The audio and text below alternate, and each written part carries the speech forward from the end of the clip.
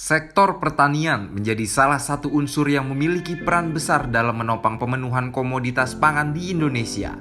Saat ini Indonesia menghadapi beberapa isu penting di bidang pertanian.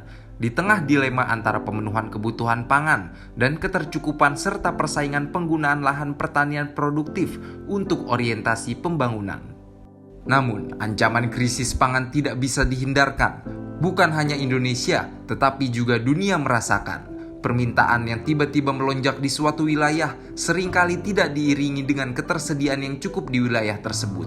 Namun di wilayah lain ketersediaan cenderung surplus. Distribusi yang tidak efisien membuat banyak sekali perbedaan. Perbedaan stok beras seperti ini yang sangat mudah dijadikan contoh.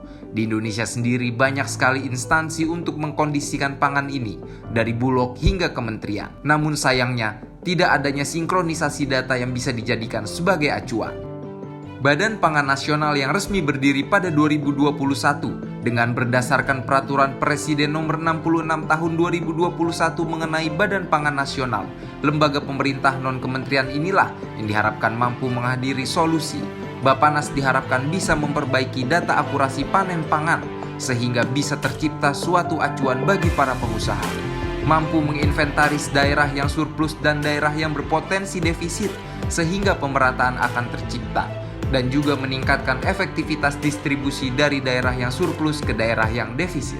Pada dasarnya, terdapat 9 jenis pangan yang menjadi sasaran kerja Bappenas, yakni beras, jagung, kedelai, gula konsumsi, bawang, telur unggas, daging ruminansia, daging unggas, dan cabai. Dengan terciptanya Bappenas sebagai lembaga yang memiliki data induk dengan akurasi yang tinggi, maka lembaga-lembaga lain yang bekerja untuk menangani pangan ini juga akan lebih mudah untuk berkoordinasi.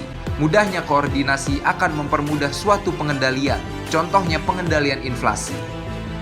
Di tengah ancaman krisis dan inflasi yang semakin meningkat, dengan data induk yang akurat pemerintah bisa mendapatkan peringatan dini sehingga antisipasi bisa dilakukan. Banyak cara untuk mewujudkan hal ini, bekerja sama dengan TNI misalnya.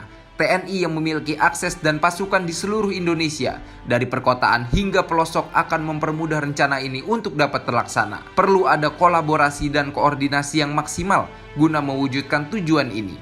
Menjadikan Bappenas sebagai suatu lembaga yang memiliki induk data yang akurat, yang bisa dijadikan sebagai acuan untuk keberlangsungan pangan di dalam negeri.